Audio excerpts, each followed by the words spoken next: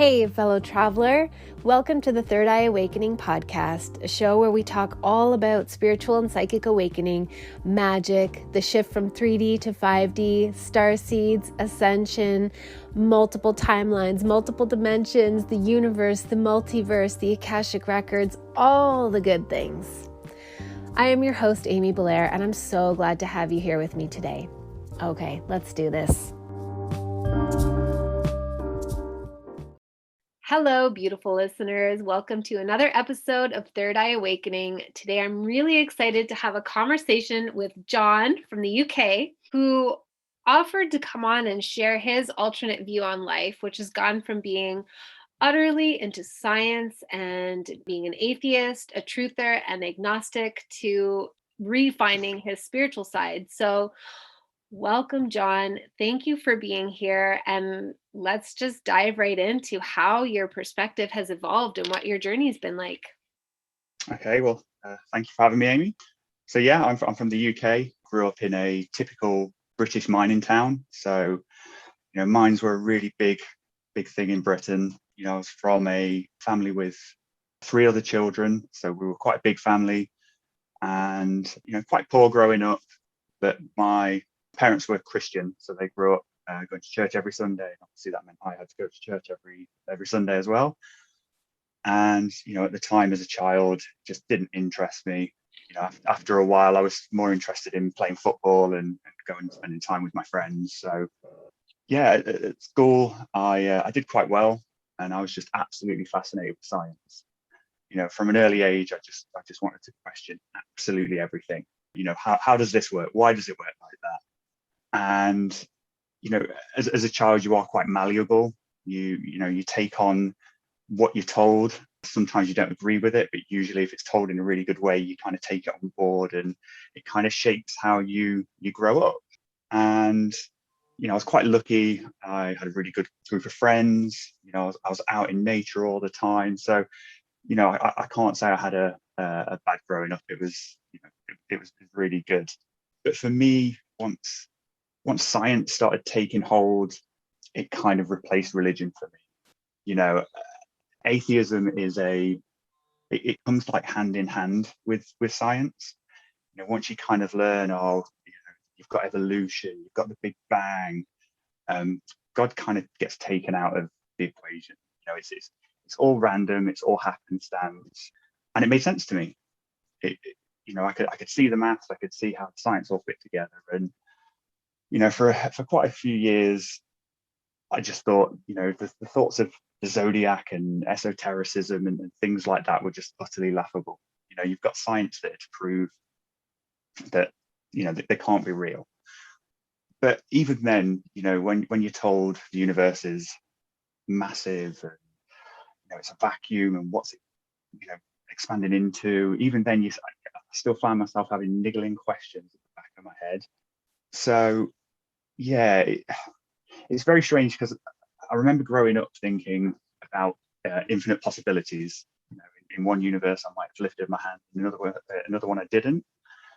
And growing up, I started meeting people that would have the same kind of theories, multiverse, infinite universe, maybe this one timeline isn't the only timeline. So it kind of opened my mind when I was growing up that, okay, how can someone else have that thought if I've also had it?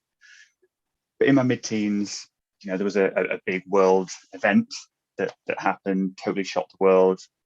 But again, the questions started arising for me. But then I went to university, and again, scientism, which I now call it, now I can see it for what it is. I did a degree in science while I was at university. Easily the best 3 years of my life. I met people that I'm still friends with today. What we went on for 16 years on. Some of them are living around the world, and we're in contact with each other every day. But it was around about university when I started realizing what I'd been taught in school, especially with my view on the world and what I thought the truth actually was, probably needed a bit more looking into.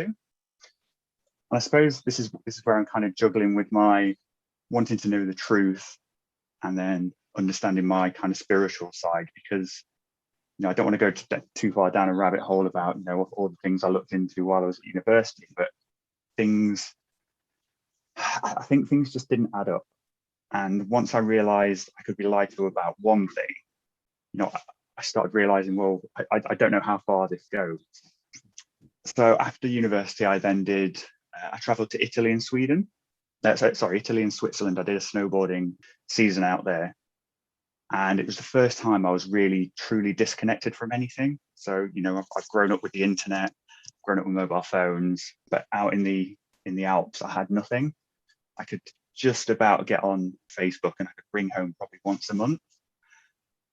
And it took me away from the news. It took me away from the media. It took me away from everything now that people, digest on a daily basis, and in some cases, need all the time. And for me, I don't know, it was a bit of a turning point, because the first time I kind of got into the mountains and looked at them, and I was just like, wow, it's the first time I ever thought I've got a connection with somewhere. I've tried to go snowboarding every year since, not just because it's, thrill holiday, but just being in the mountains is, just an incredible feeling. So from the last, say, 10 years, I've spent a lot of time trying to figure out what I've maybe been lied to about. And also, I just have a thirst for knowledge that just is never satiated. I want to know everything about everything. I'm not a nosy person. When it comes to people, if people want to keep themselves to themselves, it's fine. But, with how the world works and how the universe works, every question I get answered, just pops up more questions. Relationships have come and gone. It's something that I've realized I've probably not found someone that's on the same frequency as kind of me with who I am and what I kind of want to know and want to understand about what's going on. But at the same time, I've held a job down the whole time through all this. I've been quite lucky. I've never wanted any for anything, but money's never really been important to me.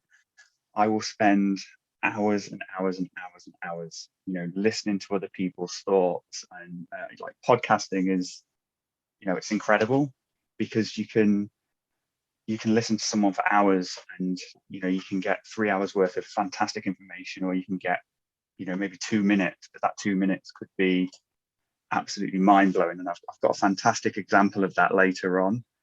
I've never been satisfied with kind of my answer to things. So I also, when I hear something, I don't just take it as gospel. So if someone tells me something, if it makes sense and they can explain it to me in a really good way, okay, I'll go, that sounds good, but I have to go and check it out for myself. I have to, even to an extent, if I think what I'm being told is probably not the truth, I'll try and disprove it, either for my own benefit, or I'll never go and tell someone, oh yeah, I've proved you wrong on this, because I don't think that's the right way of doing it. Everybody's experience of life should be theirs, without being told that they're wrong about things. And I also know I am very open-minded. So I've kind of come up with a term. It's called thinking duality. So I can see things from two perspectives, and I know I can't know that either one's right, if that makes sense. Totally. I mean, a terrible example of this, and I know it's a very kind of, it splits people down the middle, is flat Earth and globe Earth and all that. For me, it doesn't matter. People believe it's a globe, believe it's flat. I can see both arguments at the same time, or both reasons. And I did a really interesting experiment with some friends, because we've only been just allowed to see friends the last week in the UK, because we've all been locked down. I did a really good experiment where we were just sat in the pub, and I asked a few questions, and I'd already done it with one friend, and the other friend, I said, what if I told you I thought the Earth was flat? And he instantly did the whole, well, you're crazy, you've seen the NASA. And he looked at me absolutely gone out. And I'd even told him before that I'm doing an experiment. This isn't what I'm trying to do. I'm not telling you I think it's flat. I tried to explain to him the concepts of cognitive dissonance and social programming. It's just an instant. As soon as you say something like that, you're programmed to go, whoa, it's wrong. And whereas I do feel like I can see both sides at the same time and just know I don't know. So yeah, I've actually found a way to be at peace with knowing that things I'm told I probably will never know. And for some people that can be really, really difficult to get over. And I think before the last 2 years, it was something very difficult for me to get over, that I couldn't know the truth about some things. I could spend hours and hours and hours and hours looking into it, but I still, unless I was there and saw it with my own eyes, I can't prove it. And that really used to bug me quite a lot. But recently, I've kind of come to peace with the fact that I don't need to know that. I think for me, I've also had the time to look into these kind of things. And I know I'm only scratching the surface so far. A lot of people either don't have the time, aren't interested, or just don't want to question things.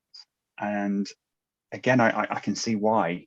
That modern life's incredibly difficult. If you've got children, if you've a very busy job, you just haven't got the time to be questioning what's put in front of you. And I think it's hard to see someone accept everything that's put in front of them on a television screen. Yes.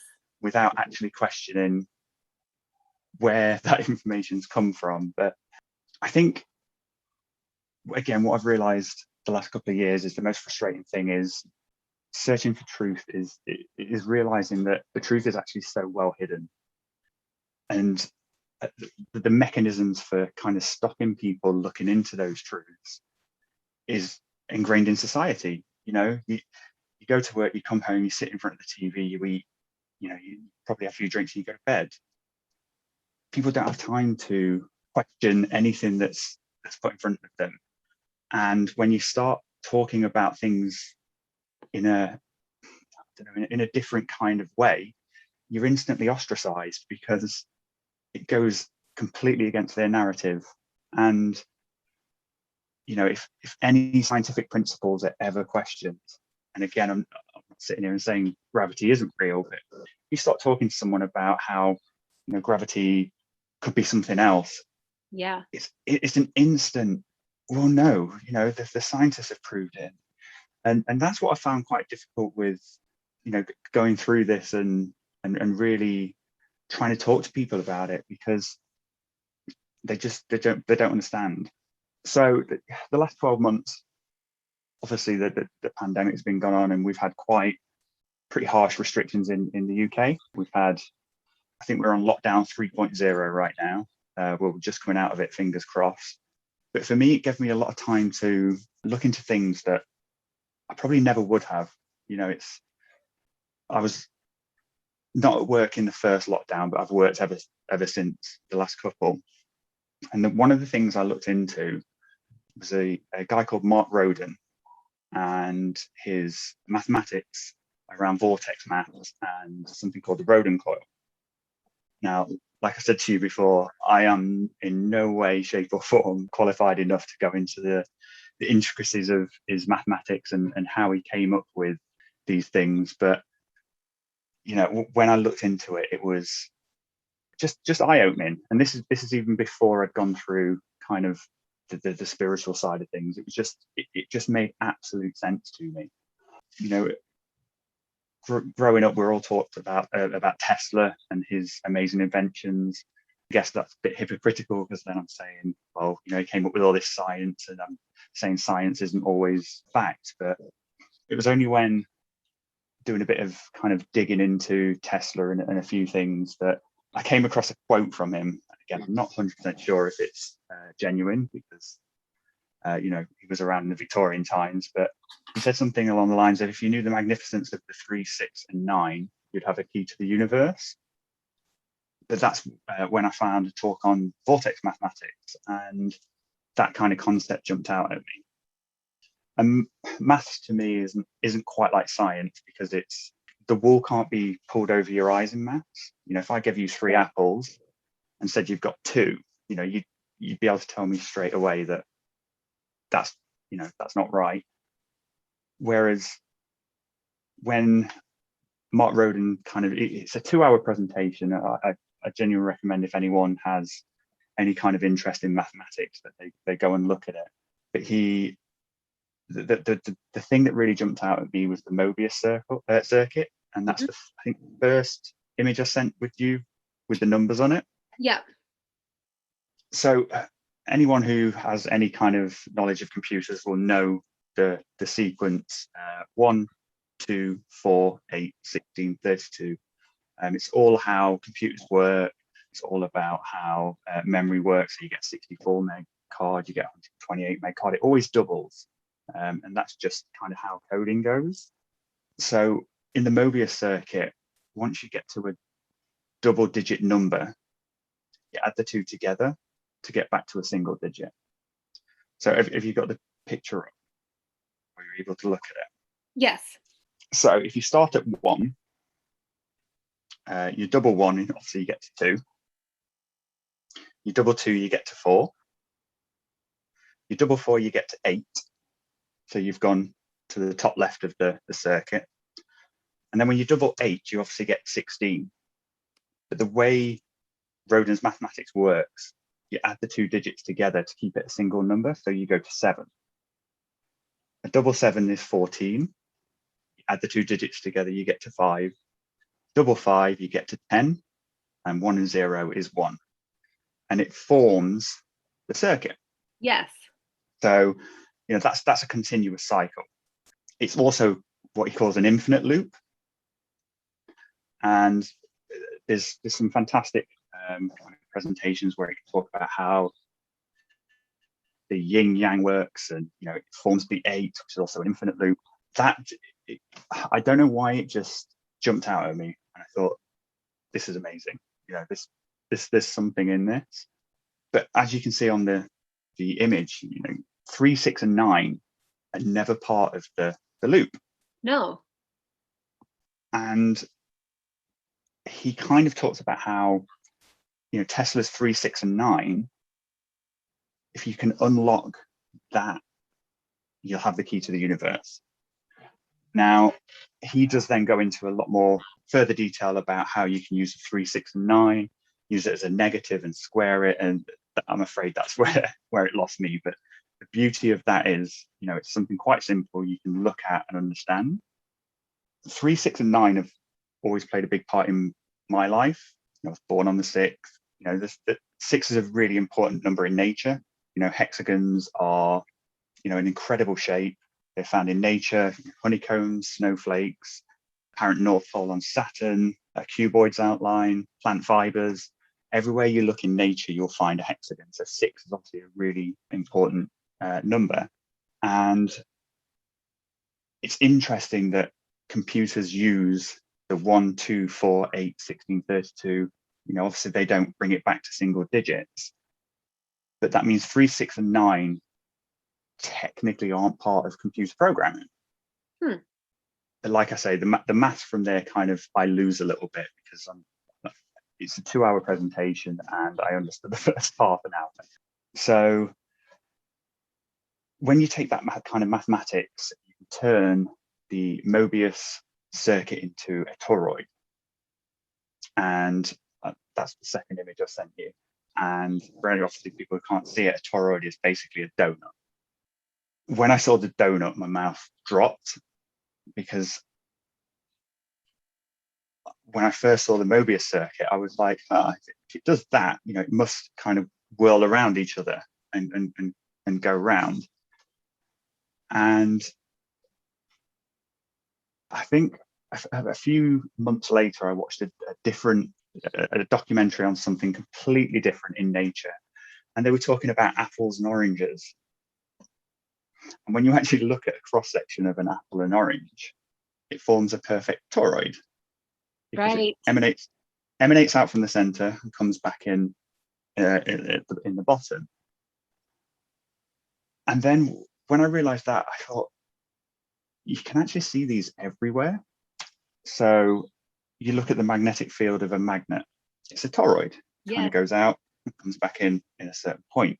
Transformers use toroids, and even our universe that they talk about could be an entire toroid. Foster Gamble's got a really good documentary where he touches on toroids, how important they are. But for me, it's just on a real basic level that when, things can kind of come out from the center and come back in again. And I think for me, I started thinking about my own consciousness. Information goes in and things come out in how I act and how I see the world and how I perceive things. So that's where I kind of got to with the toroid and maths part of things. Do you want me to carry on? Is there any? So oh my gosh, there's so much. So much. Okay. So most immediately, did you come across the information about how supposedly we have our own electromagnetic toroidal field? There's one, again, I really love what you said about taking everything that we receive, even as scientifically demonstrated, with a grain of salt, because unless we're verifying it for ourselves, for our own selves, in an actual appropriate lab setting for those results to be witnessed, then it's all hearsay. We're just repeating somebody else's findings. But supposedly human beings have their own toroidal field, so a large electromagnetic field, and then the heart also produces its own toroidal electromagnetic field. And in my own sort of downloads that I've received, the 0 point field is similarly shaped like a toroidal field, where it's a constantly regenerating experience of, I guess, consciousness manifesting itself across different bandwidths of vibration. So anyway, that I love the torus for that reason, and that it can be found in nature so frequently, just sort of helps me to fill in the gaps where I can't verify it for myself in a lab, that it feels probably true then. But there's so much that you said that I appreciate so much, that I just want to take a moment to highlight, I guess, the interesting part about people's programmed reactions, like you said, when you did that experiment with your friends in the pub around flat earth. I similarly had an experience with my husband, who's very open-minded. And I said to him, do you think it's possible the earth is flat? I'm not saying it is. I'm just acknowledging that I've never actually myself been to space and seen it as a globe, so I don't know. And it was the same thing. It's that's nonsense. That's crazy. He literally walked out of the room from me, which we don't even do that when we're having a dispute or an argument. He just was like, I can't even talk about this, and literally left the room. And I was like, wow, we are really heavily programmed. It's interesting. Yeah. And for me, the other part of it was, I said to him, how far away is the sun? And he went, oh, it's 68 million miles away. I just said, well, how do you know that? And again, it's not me going, I don't think it is. It's just gauging how people react when you question their reality. Yeah. And it's really difficult to deal with sometimes, knowing that they I know what they're going to say without thinking for themselves. Yeah. And yeah, he just looked at me, absolutely dead-eyed, and was like, what are you talking about? And this is why it's quite difficult to talk to people who, like you say, even open-minded people. Some people can be open-minded and, kind of listen to you, but then go, well, yeah, but you're still wrong. Whereas I would never, ever, you could tell me, I don't know, Toronto's on the, actually, you couldn't say that because I've been to Toronto. But, you could say you live on the moon. I don't know that. Mm-hmm. I can't say you definitely don't. And for me, it's been a really good couple of years, kind of not training myself, but understanding that that's a very good way of looking at things. Not dismissing someone because they're saying something or they've got their opinion on things. I think if I actually kind of go through what I'm about to go through and talk to you about, my friends would think I've probably, lost it, because it's so juxtaposition to who I was, at university or possibly school, because I was so, if I can work it out and I can see the science, it's definitely true. Whereas now I can work it out and I can do the science, but still I'm like, it doesn't answer all my questions. But Mm-hmm. I think that, their questions stop when they finish school. So Isn't that fascinating? It's so, I mean, again, totally. It's that coming from that same place of like, I have no desire to attempt to invalidate anyone else's experience. And that doesn't, I'm still a human, so I probably still do say things that can be perceived as invalidating. But ultimately, I don't want to say that I know something that somebody else doesn't, because we're all experiencing our reality subjectively, all of us. But it's really interesting to me that there are people, and I and like in my own family, I know a lot of them who just, yeah, they're really well educated, but the questioning stops once they receive their university degree. It's like, now I know, and I don't ever have to I don't and have I to be open anymore. and I think that's a lot. A lot of people go to university to get a degree, to get the job they want, and that is the kind of stop line. Whereas I only went to university because I took a gap year, so I finished school and took a gap year. But I saw all the fun my friends were having at university, and I picked up a job, and I was like, well, I'm clever enough to go to university, so I'll go and do it. And again, just an absolute whim, but the best decision I ever made, because I've met friends that, I've talked to some of them about these kind of different thoughts, and even though they don't agree with me or they think it's crazy, I know I can talk to them up to a point, I guess, where there is no, oh, Phil, you've lost it, go away, we don't hang it. They accept me because of who I am, because they've known me for so long. And if I'd not been to university, I wouldn't have had that kind of safety net to kind of go through the last few years that I have, because my friends will always be my friends.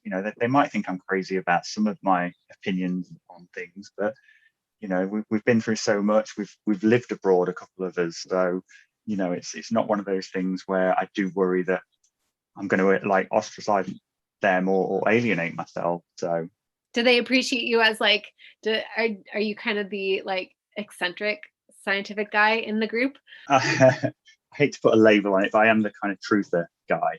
You know, I never take things as they're presented to me, and until I can actually see, what, without a shadow of a doubt, that is what's being told. Is that not, though, the actual true nature of science? To me, like, I love science because I feel that I don't like the way it's misused, but I feel like it's that constant inquisitiveness and willingness to have your mind expanded and to know that there's always another layer. Like every time, like you said, we get an answer, it just leads to more questions. See, that's what science should be, but that's not what science is. At school, even to a point, we were some of our teachers did try and tell us, look, if your science experiment doesn't go right, it's not a problem. You just need to explain why it's not gone right. Understand it for yourself. But I think, society wants you to be a winner, and society wants you to fit in and maybe not ask questions. So, I don't watch the news anymore, because I can't now sift through what's real and what's not, because having seen so much that I've looked into and gone, well, that's not actually what happened. But most people just take things, again, it all comes back to that, having the time to look at it and question it. So, maybe I have kept my kind of science brain in that I want to prove it for myself. But if you talk to most scientists, they're maybe told to say something, or their experiment said this, and that has to be the answer. People don't really ask questions anymore, and they're happy to digest what they're told and not use critical thinking. Even though I've got some very, very clever friends, like they actually lecture at universities, And some of the things we talk about, I cannot understand how they're just common sense can't prevail with some of the things that are going on. And I don't want this to kind of digress into a talk about what is going on. But I find it absolutely astounding that they're not willing to ask questions about things. They just follow what they're told. And that's why, as much as I love my friends, I wouldn't go into too much about what I've experienced over the last year, because they're not on the same frequency. They're not. They wouldn't understand where I'm coming from on that point. So I think it's a trauma response. I do. I think it's like centuries of deep trauma around our vulnerability, our physical vulnerability, and how intense it is to be a human, and how, we all feel like this is just part of childhood. For example, like children love having a routine. Even the most creative ones who are like, seem to have traits that are eccentric and very free flowing and spontaneous, they still love the predictability of a routine, because when you know what's coming, when you feel like you can understand what's coming next, then you feel safe. You just feel safer. And I think that's a lot of why people just don't want to, or they're disinclined to explore and question things, because we just want to feel safe, and we want to be able to watch our shitty TV shows and enjoy our creature comforts and not be confronted with stuff that makes us uncomfortable. But some of us are thrill seekers, and we like to push the boundaries of what makes us mentally comfortable. And I think that's a really good point. And when you understand what or how effective cognitive dissonance can be, when you broach with something that absolutely goes against everything you've thought of, it's not something that's easily done. It's hard to get your point across, or even make people see your side of things, because all their brain is saying, this doesn't make sense, this doesn't feel good, I don't want it as part of my life, I'm happy with what I've got, thank you very much. Whereas, like you say, I'm definitely more of I will listen to anything. I love all different kind of aspects of how people think about what they think about, the universe, or things like that. And again, Sam's podcast is, when I first started listening to it, it was a bit grating, but I think now it's down to a real art of balancing, the truth side of things, also the spirituality side of things, because here in the UK, we don't have access to Rockfin or things like that. So, his Zero podcast is, I think he's uploading onto his website now, but that's kind of the thing I'm more interested in now than, I know all the truth stuff's kind of gone now. I'm not interested in that anymore. I know, what I know, but hearing you on Sam's podcast, it was really well timed, because I was going through a few things, and hearing your story, it's a really weird thing to say, but I now understand the term. It resonated with me. And before, it's just a saying, like the saying, ignorance is bliss. I now understand that saying, because if I didn't know or think what I think now, I would be kind of just poodling along life and not really worrying about things, but just not having all these questions in my head, and thinking about things in a totally different way. So I'm just such an open book, but not to a sense where I'll believe everything I'm told. So right, there's a difference between being open and curious versus being gullible. There's a total difference, a world of a difference. So let's go into what this past year has been about. I really want to hear about it. So yeah, obviously last year, I mean, I can't imagine there's anybody that would say the last year was, upside down, inside out. I went through a lot, but I know other people went through much worse. So, I'd never sit here and, say that I've had it tough, but it was a tough year last year.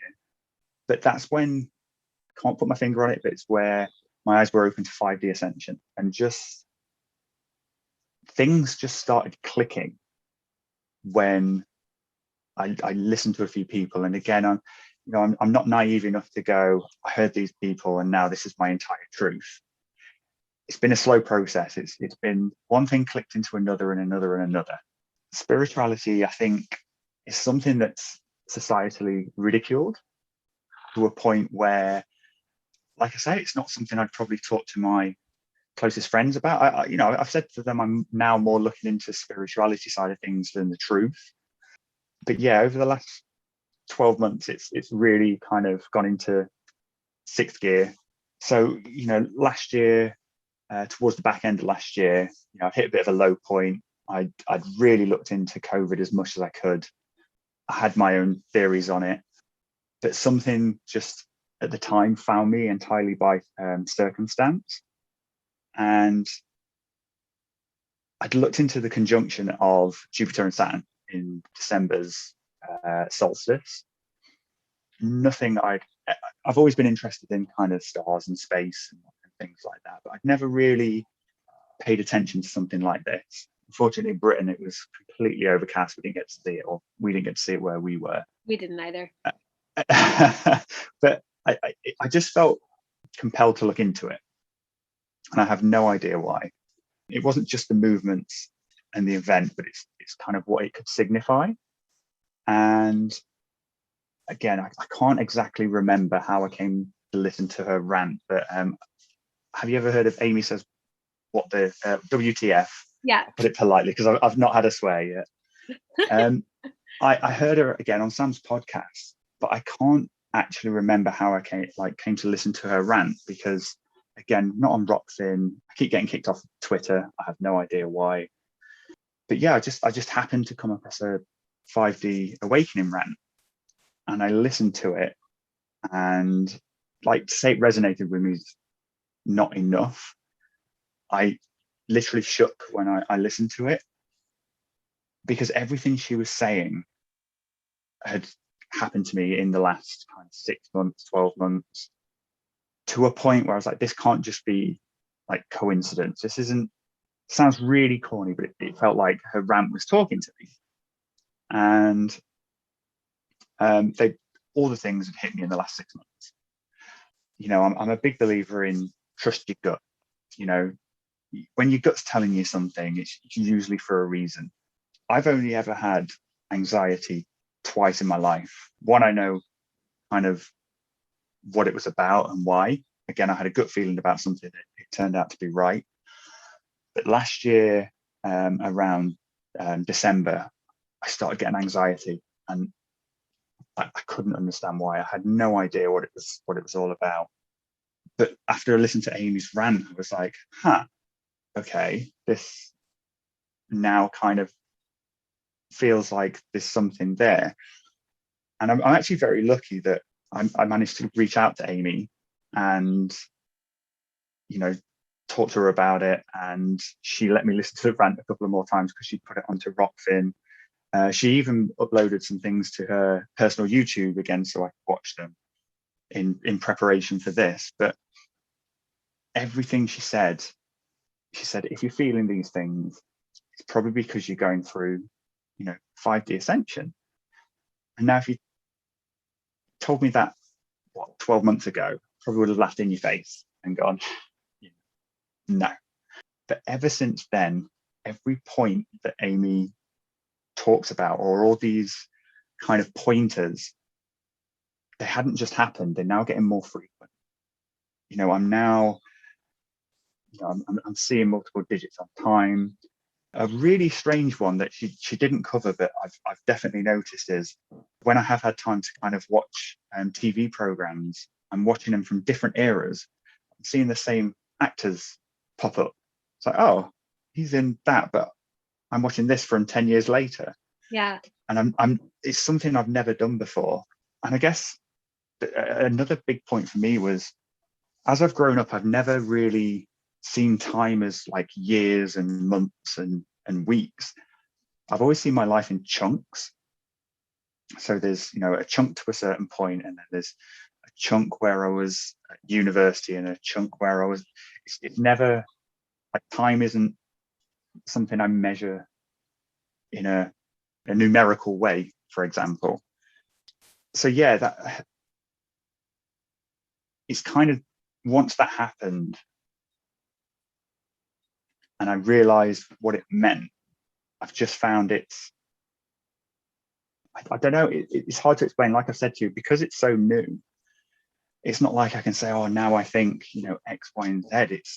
I'm just seeing it and feeling it more. Mm-hmm. I've never been someone to ever fight. I've always been grown up as raised as a Christian, to have nice morals, nice values.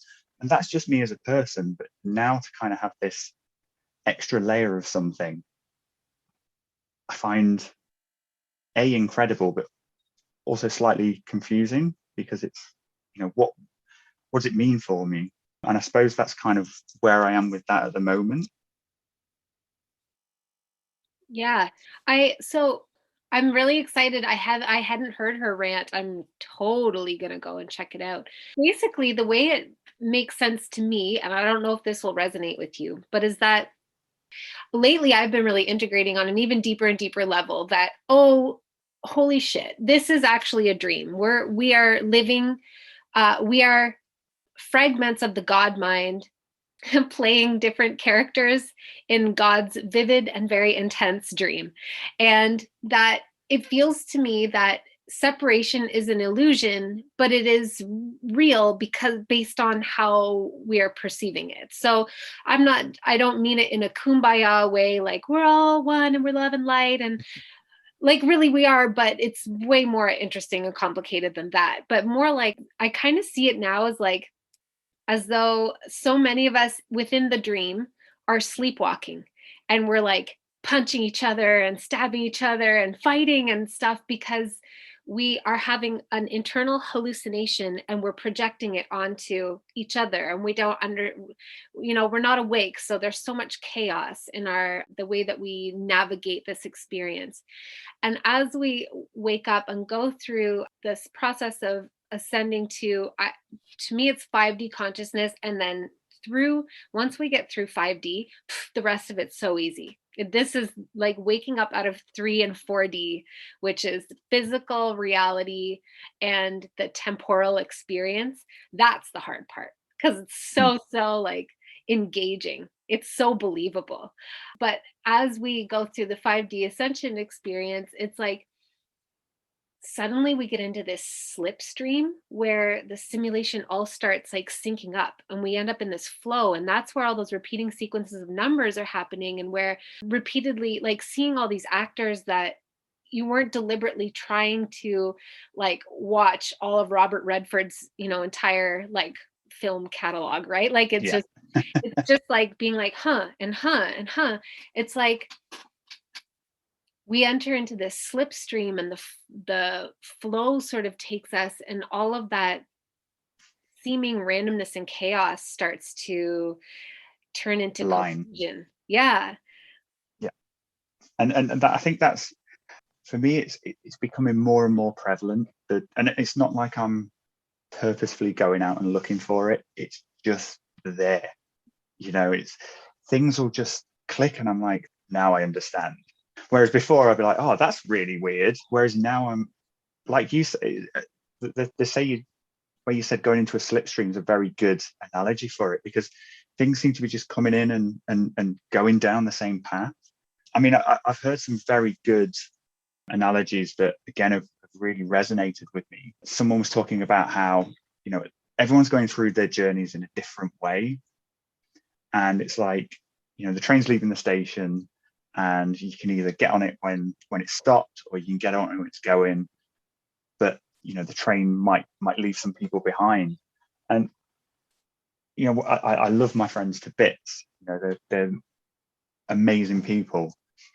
But I know, like, I can't pull them onto the train with me. It's not something that I can explain to them in a way that they'd understand. Like, I know they've got to either get there themselves, or they'll be left behind. But just going back to your point on the kind of God consciousness, I don't know if you heard Tommy Chong No. on Sam's podcast. So I think I've listened to it about 20 times. Wow. The last, say, 5 minutes are mind-blowing. So he talks about how God can only live in one place. and that is in your own consciousness. And that for me, I just went, wow. Like I can't experience your consciousness. I can't experience my friend's consciousness. I can only experience my own consciousness. And if I think about God or the God mind, it's there. If I don't, it's not.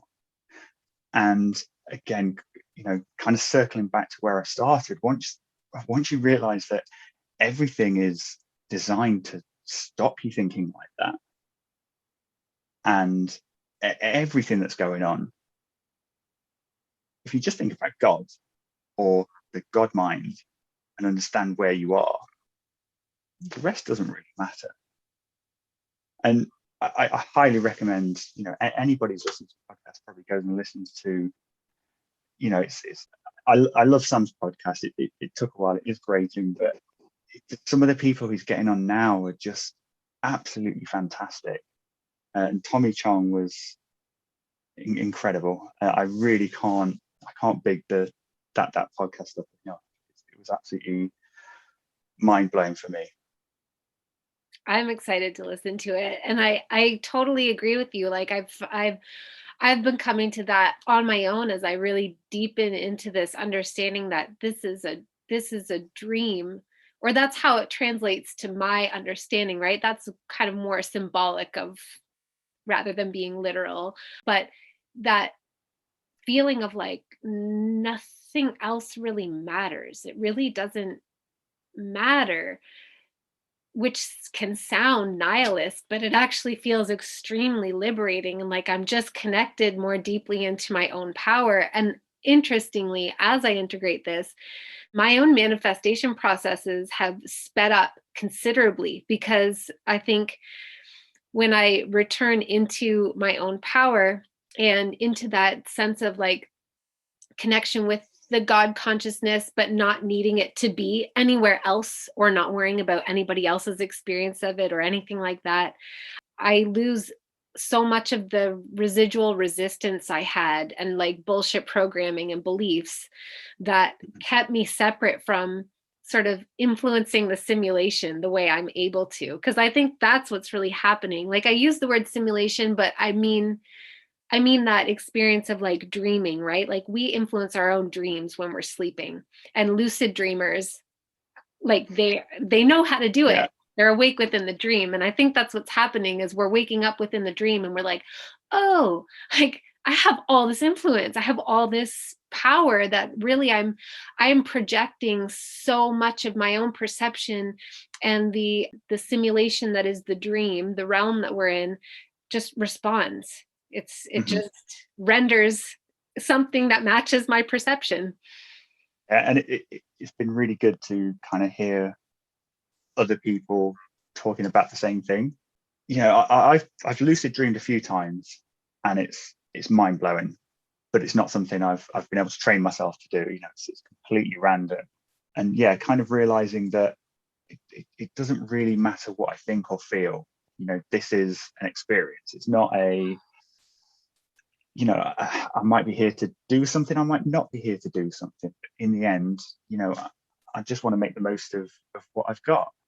And it gets like hand in hand with, I know this is a lie and I know this isn't. So how do you bring them together to create your own experience? And like I say, it's still very, very new to me. I'm enjoying everything I kind of feel, everything I experience, and the more these things keep happening, the better it gets. So Yeah. And I feel like the more like again with the slipstream thing, it's like it can't not keep happening. Like that's all it can possibly do, is just continue and accelerate and compound on itself, and more like kind of I use the word magic because it just feels like a fun, easy way to explain those things that your logical brain can't explain. But it's like the more of the magic of this experience reveals itself to us. yeah, that's a really good way of putting it. I like that. Hmm. So yeah, that's pretty much my story.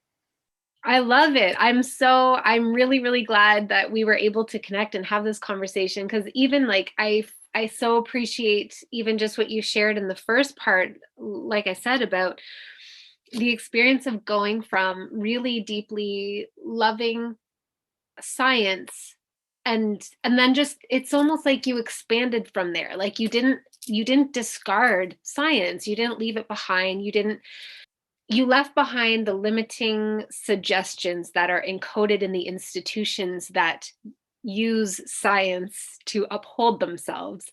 But the true nature of science, the true nature of mathematics is very pure. And it's a desire, well, as I perceive them, it's a desire to be able to decode and understand the nature of this experience of reality that we're having. That's all it comes down to. And I think I actually see my kind of perception things as a toroid. I was brought up with God and spirituality, and kind of Right. went out and went, this is all bogus. Science is, I'm completely atheist. Then it was, agnostic, and then I've kind of come all the way back round again. So, the more I look at things, the more I see the Taurus everywhere, and that was for me the biggest kind of eye opener. That's amazing. I love that. I love that. And that in and of itself kind of just expanded my own understanding of the universe and the multiverse and how this whole, I think that's what God's consciousness is doing too. It's just like Fingers crossed. all the way to the complete edge of the torus and then back. And then the torus probably expands every single time. But that stuff I don't know. It's just all conjecture on my part as I see Yeah. it. As I say, I'd love to be able to explain the maths in full, but too much for me. Yeah, well, definitely too much for me. I wish I could do, but I know the limitations of my brain. I'm definitely a right brain person. But thank you, John, so much for this conversation. It was a total delight for me. So I'm sure at least a handful of the other listeners will feel the same, but probably most of them will similarly resonate with this. So thank you so much for your time. Thank you for sharing your perspective and your experience and your own evolution. You're welcome. It's nice to talk to you. And thank you so much, listeners. You know, I love you. I'm not going to blather on about it this time because I do every time, but I do. I love you. I love you so much. Thank you for your time and your attention. And I will catch you on the next episode. Thank you so much for being here with me on this episode. I appreciate you more than my words could ever say. Please remember to rate, review, subscribe, and share, and I will catch you on the next episode.